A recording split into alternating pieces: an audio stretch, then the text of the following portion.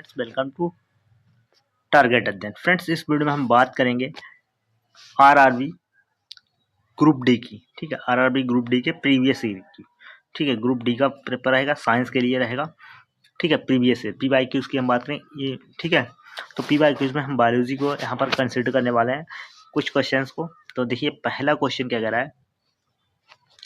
पहला क्वेश्चन कह रहा है कि श्रम विभाजन निम्न में होता है केवल एक कोशिकीय जीवों में, केवल बहुकोशिकीय जीवों में, ना तो एक कोशिकीय और ना ही बहुकोशिकीय जीवों में, या फिर एक कोशिकीय और बहुकोशिकीय दोनों जीवों में। तो यहाँ पर जो श्रम विभाजन जो होता है वो फ्रेंड्स दोनों में होता है। ठीक है, यहाँ पर ए वाला ऑप्शन बिल्कुल आपका सही हो जाएगा। फोर्थ ऑप्शन, एक कोशिकीय और बहुकोशिकीय दोनों में होता है। ठीक है, और यहाँ पर और बात करें हम, एक कोशिकीय जीव कौन कौन से होते हैं। एक कोशिकीय में बैक्टीरिया आपके आते हैं, अमीबा आते हैं, ईस्ट आते हैं। ये सब क्या है, एक कोशिकीय जीव है। बहुकोशिकीय में आपके पेड़ पौधे, जानवर, कवक वगैरह ये सब बहुकोशिकीय में आते हैं। तो जो आपका श्रम विभाजन होता है वो दोनों में होता है। ठीक है, नेक्स्ट क्वेश्चन की ओर बात करेंगे। नेक्स्ट क्वेश्चन कह रहा है कि कौन सी कोशिका अपना आकार बदल सकती है। चिकनी पेशी, अंडाणु, अमीबा या फिर तंत्रिका कोशी। ठीक है, तो यहाँ पर आपको बताना है कौन सी कोशिका जो है अपना आकार बदल सकती है।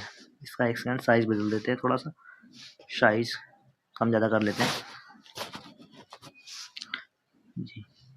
तो यहाँ पर आपको बता दें कि अमीबा, ठीक है, अमीबा जो है कोशिका अपना आकार बदलती है। ठीक है, और चिकनी पेशी की हम बात करें तो चिकनी पेशी कोशिकाओं में एक स्पिंडल के आकार की संरचना होती है। ठीक है, और ये आंतों और रक्त वाहिकाओं जैसे आंतरिक अंगों की दीवारों पर पाई जाती है। कहाँ पर पाई जाती है, ये चिकनी पेशी पाई जाती है आंतों और रक्त वाहिकाओं के अंदर वाली जो दीवार होती है उसके पाई जाती है।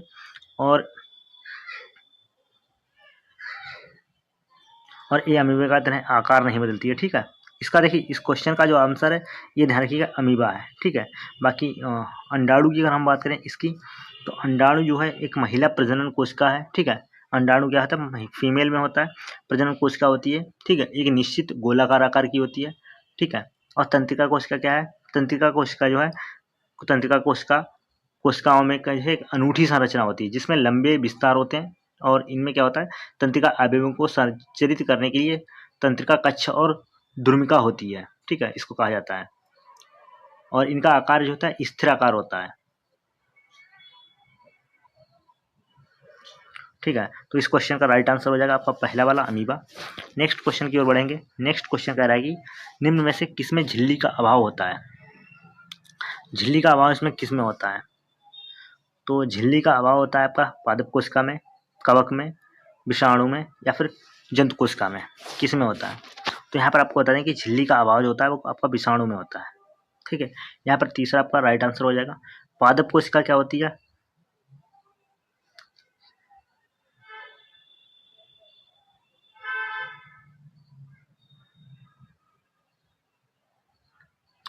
ठीक है, इसमें क्या होता है, कोशिका झिल्ली होती है। ठीक है, इसके अलावा इसमें हरितलवक होता है पादप कोशिका में। ठीक है, क्या होता है, कोशिका झिल्ली भी होती है और हरितलवक भी होता है।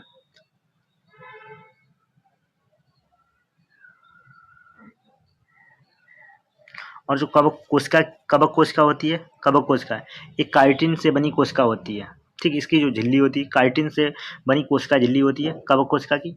और जंतु कोशिकाओं में कोशिका भित्ति और हरितलवक का, जो जंतु कोशिका होती है इसमें ना तो कोशिका भित्ति होती है और ना ही हरितलवक होता है। ठीक है, इसमें केवल कोशिका झिल्ली और विभिन्न झिल्ली से बने कोशिकांग जैसे सूत्रकणिका और अंतर्द्रव्य जालिका होती है। ठीक है, जंतु कोशिका में। तो यहाँ पर इसका राइट आपका आंसर रहेगा विषाणु। नेक्स्ट क्वेश्चन कह रहा है कि निम्न में से कौन सा जीव एक कोशिकीय नहीं है। अमीबा, पौधे, पैरामीशियम या क्या है, क्लेमाइडोमोनास। ठीक है, तो इसमें क्या है, आपका एक कोशिकीय की बात की जा रही, तो इसमें सिर्फ आपका पौधे, ये अभी बताया मैंने, पौधे जो है बहुकोशिकीय होते हैं, बाकी ये तीनों, बाकी अमीबा, पैरामीशियम और क्लेमाइडोमोनास ये जो है आपके एक कोशिकीय के एग्जाम्पल है। ठीक है, नेक्स्ट क्वेश्चन की ओर बढ़ेंगे। नेक्स्ट क्वेश्चन कह रहा है कि क्या कह रहा है, कोशिका के तरल पदार्थ के लिए प्रोटोप्लाज्म शब्द किसने प्रतिपादित किया था? बिरचो, रॉबर्ट ब्राउन, पुरकिंजे या फिर रॉबर्ट हुक? तो जो प्रोटोप्लाज्म शब्द है ये आपका किसने इजाद किया था, किसने प्रतिपादित किया था? तो ये जो किया है पुरकिंजे ने, ठीक है।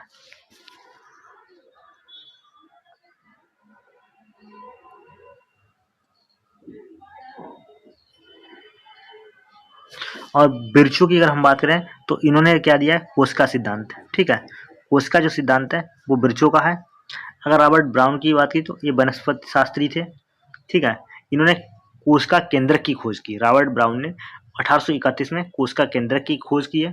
और रॉबर्ट अगर हुक की बात की जाए तो इनको जो है रॉबर्ट हुक को जाता है कोशिका की खोज का श्रेय, ठीक है। इन्होंने कोशिका की खोज रॉबर्ट हुक ने की है, ठीक है। और रॉबर्ट ब्राउन की अगर हम बात करें तो इनको इन्होंने क्या है कोशिका केंद्रक की खोज की है, ठीक, कोशिका केंद्रक की। और बिरचो ने कोशिका सिद्धांत जो है कोशिका सिद्धांत दिया है। पुरकिंजे ने प्रोटोप्लाज्म शब्द के प्रतिपादित किया है, ठीक है। नेक्स्ट क्वेश्चन क्या कह रहा है? नेक्स्ट क्वेश्चन कह रहा है कि कौन सा कोशिकांग केवल पादप कोशिकाओं में पाया जाता है? कौन सा कोशिकांग जो है केवल पादप कोशिकाओं में पाया जाता है? सूत्रकणिका, हरितलवक, लयनकाय या फिर केंद्रक? तो यहाँ पर जो है अगर केवल सिर्फ और सिर्फ काहे की बात की जा रही है, पादप कोशिकाओं की, तो इसमें सिर्फ और सिर्फ जो है पादप कोशिकाओं में हरितलवक पाया जाता है, ठीक है। आगे बढ़ेंगे। अगला क्वेश्चन कह रहा है कि कौन सा कोशिकांग कोशिका द्रव्य के विभिन्न क्षेत्रों के बीच पदार्थों के परिवहन के लिए एक चैनल का कार्य करता है? सूत्रकणिका, लाइजोसोम, अंतर्द्रव्यी जालिका या फिर हरितलवक? तो अगर बात की जाए किस काम की, कोशिका द्रव्य के विभिन्न क्षेत्रों के बीच पदार्थों के परिवहन के लिए, तो जो इसका कार्य करता है वो अंतर्द्रव्यी जालिका होती है, ठीक है, अंतर्द्रव्यी जालिका।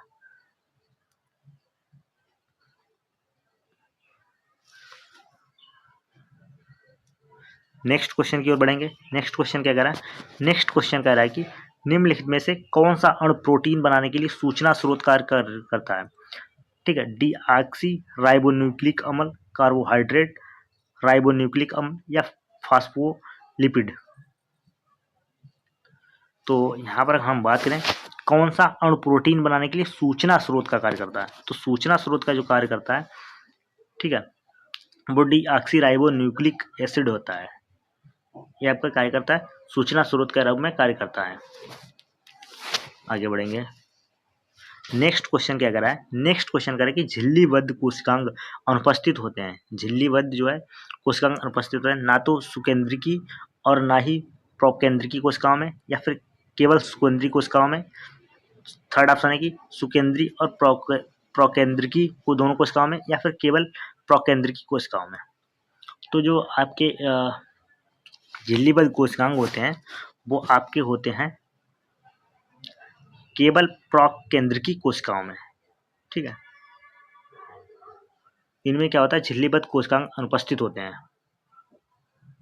बाकी इन तीनों में उपस्थित होते हैं। तीनों में नहीं, जो सुकेंद्रिकी कोशिकाएं होती हैं इसमें उपस्थित होते हैं, और प्रोकेंद्रिकी कोशिकाएं इसमें अनुपस्थित होते हैं। तो यहाँ पर आपका जो फोर्थ ऑप्शन है वो सही हो जाएगा, ठीक है। नेक्स्ट क्वेश्चन देखते हैं। नेक्स्ट क्वेश्चन क्या कह रहा है? नेक्स्ट क्वेश्चन कह रहा है कि कौन सी कोशिका अपना आकार बदलती है? कौन सी कोशिका अपना आकार बदलती है?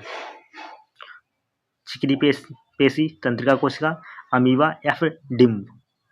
तो जो अपना जो आकार बदलती है वो आपकी अमीबा, ठीक है, यहाँ पर अमीबा।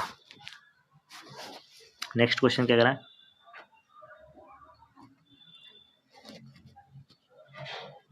फ्रेंड्स नेक्स्ट क्वेश्चन कह रहा है कि हमारे शरीर की सबसे लंबी कोशिका कौन सी है? तंत्रिका कोशिका, अंडाणु, रक्त कोशिका या फिर वसा कोशिका? तो जो हमारे शरीर के अंदर सबसे जो लंबी कोशिका है वो है हमारी तंत्रिका कोशिका, ठीक है। कौन सी है? तंत्रिका कोशिका।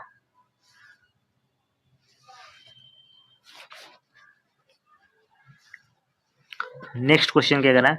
नेक्स्ट क्वेश्चन करें कि कोशिका में निम्नलिखित अभिक्रिया कहाँ होती है? 6 कार्बन अणु ग्लूकोज का 3 कार्बन अणु में टूटना, मतलब 6 कार्बन अणु को जो है ग्लूकोज का 3 कार्बन अणु में टूटना, माइटोकॉन्ड्रिया में, केंद्रक में, गोल्गी में, या फिर आपकी कोशिका द्रव्य में। तो ये अभिक्रिया कहाँ पर होती है? जिसमें 6 कार्बन अणु जो है ग्लूकोज का और 3 कार्बन अणु में टूटना, ये कहाँ पर होता है? ये जो आपकी होती है कोशिका द्रव्य में होती है। ठीक है, नेक्स्ट क्वेश्चन की ओर बढ़ेंगे। नेक्स्ट क्वेश्चन कह रहा है कि जीवों की मूल इकाइयाँ क्या है? कोशिकाएं, हड्डियां, रेशे, ऊतक। तो उसमें जो मूल इकाइयाँ हैं, अगर जीवों की बात किया तो मूल इकाई में आपकी कोशिकाएं आएंगी। ठीक है, फर्स्ट ऑप्शन बिल्कुल राइट हो जाएगा यहाँ पर। नेक्स्ट क्वेश्चन की ओर बढ़ेंगे। नेक्स्ट क्वेश्चन कह रहा है कि 1665 में सर्वप्रथम कोशिका की खोज किस वैज्ञानिक ने की थी? मैथियास, जैकब ने, या फिर थियोडोर स्वान, एंटोनी वैन, या फिर रॉबर्ट हुक। तो अभी मैंने यहाँ पर बताया, पिछले क्वेश्चन में ये बताया था कि रॉबर्ट हुक ने, ठीक है, किसने कोशिका की खोज की थी? रॉबर्ट हुक ने की थी। चलिए आगे बढ़ेंगे।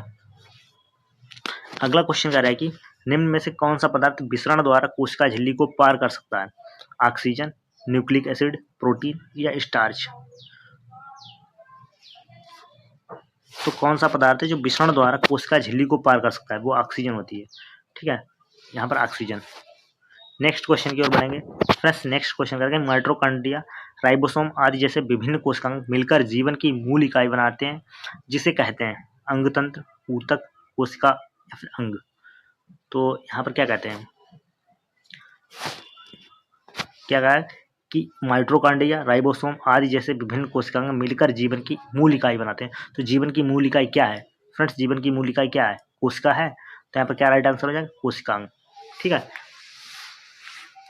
तो यहाँ पर कोशिका हो जाएगा ऑप्शन आपका राइट आंसर। नेक्स्ट क्वेश्चन की ओर बढ़ेंगे। नेक्स्ट क्वेश्चन क्या कह रहा है? निम्नलिखित में से कौन सा पदार्थ पादप कोशिकाओं की राजधानी से क्या है, राजधानी में संचित नहीं है? ठीक, एक चीज फ्रेंड्स बता दें कि ये सभी PYQs हैं, PYQs हैं, और RRB में PYQs काफ़ी इंपॉर्टेंट, यानी काफ़ी अच्छा रोल प्ले करते हैं। यहाँ पर क्या होता है कि यहाँ से क्वेश्चन बनने के चांसेस भी रहते हैं, तो आप इनको जरूर कीजिएगा। और वीडियो अच्छी लगी तो वीडियो को लाइक शेयर करके चैनल को सब्सक्राइब जरूर कर लीजिएगा। ठीक है, निम्न में से कौन सा पदार्थ पादप कोशिकाओं की क्या है, राजधानी में संचित नहीं होता है? शर्करा, प्रोटीन, अमीनो अम्ल, और खनिज लवण। ठीक है, तो यहाँ पर किसी बात की कौन सा पदार्थ पादप कोशिकाओं की राजधानी में संचित नहीं होता है? तो जो खनिज लवण है ये नहीं होते हैं। ठीक है, यहाँ पर आपका राइट आंसर क्या रह जाएगा? खनिज लवण। ठीक, खनिज लवण आपके नहीं होते हैं, बाकी शर्करा, प्रोटीन, अमीनो अम्ल, ये सब चीज़ों क्या है, संचित हो जाते हैं राजधानी में। ठीक, आगे बढ़ते हैं। नेक्स्ट क्वेश्चन करें कि SER एक कोशिकांग का पूरा नाम क्या है, जो वसा अणु या फिर लिपिड के निर्माण में सहायता करता है, हेल्प करता है, जो कोशिका के कार्य के लिए महत्वपूर्ण है? क्या SER का जो नाम है वो बताना आप। सरल अंतःप्रद्रव्य जालिका, स्पीसीज अंतःप्रद्रव्य जालिका, चिकनी अंतःप्रद्रव्य जालिका, या फिर समान अंतःप्रद्रव्य जालिका।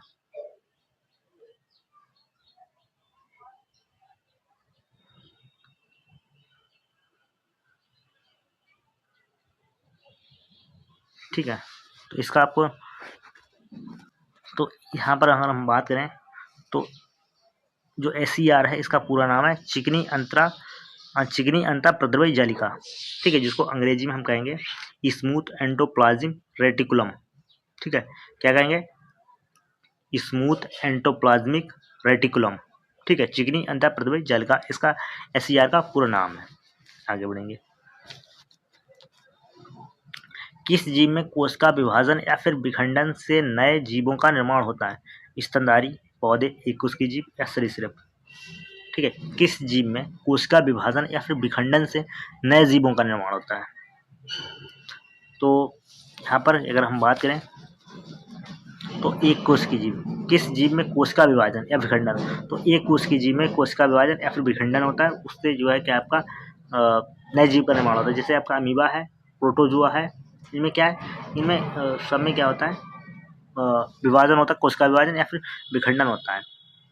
तो राइट आंसर एक कोश की जीभ हो जाएगा। नेक्स्ट क्वेश्चन की ओर बढ़ेंगे। नेक्स्ट क्वेश्चन कह रहा है कि संतति कोशिका में गुणसूत्रों की संख्या किस प्रक्रिया द्वारा आधी हो जाती है? द्विखंडन, अर्धसूत्री विभाजन, सूत्री विभाजन या फिर असूत्री विभाजन। ठीक है, तो यहाँ पर जो संतति कोशिका होती है, ठीक है, इसको हम डाटर सेल भी कहते हैं, डाटर सेल। ठीक है, तो जिसमें क्या होता है, अर्धसूत्री विभाजन होता है। ठीक है, कौन सा होता है? अर्धसूत्री विभाजन होता है। इसके द्वारा जो इस प्रोसेस के द्वारा यहाँ पर गुणसूत्रों की संख्या आधी हो जाती है। ठीक है, तो यहाँ पर राइट आंसर अर्धसूत्री विभाजन हो जाएगा। नेक्स्ट क्वेश्चन कह रहा है कि लक्षण किसके द्वारा प्रभावित हो सकते हैं?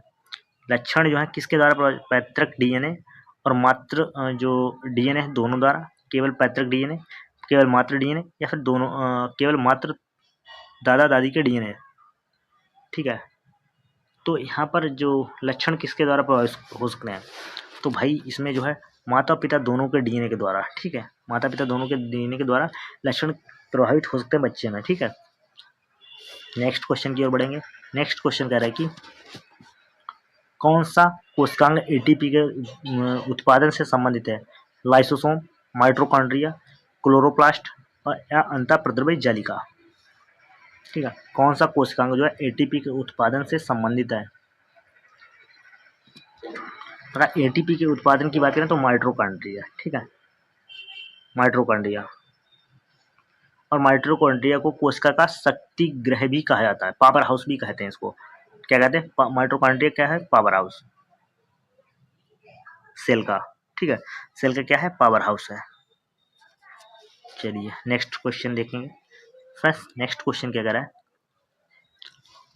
नेक्स्ट क्वेश्चन करें, गॉबलेट कोशिका विभिन्न अंगों के स्वास्थ्य को बनाए रखने में महत्वपूर्ण भूमिका निभाती हैं। मानव शरीर में गॉबलेट कोशिकाएं मुख्य रूप से कहाँ स्थित होती हैं? यकृत, पाचन तंत्र, मस्तिष्क और गुर्दे। ठीक है, तो ये पाचन तंत्र में। ठीक है, यहाँ पर पाचन तंत्र ऑप्शन सही हो जाएगा। नेक्स्ट क्वेश्चन की ओर बढ़ेंगे। नेक्स्ट क्वेश्चन कह रहा है कि कौन सी प्रक्रिया प्रजनन कोशिकाओं में डीएनए की मात्रा को अप्रजनन कोशिकाओं की तुलना में आधी सुनिश्चित करती है?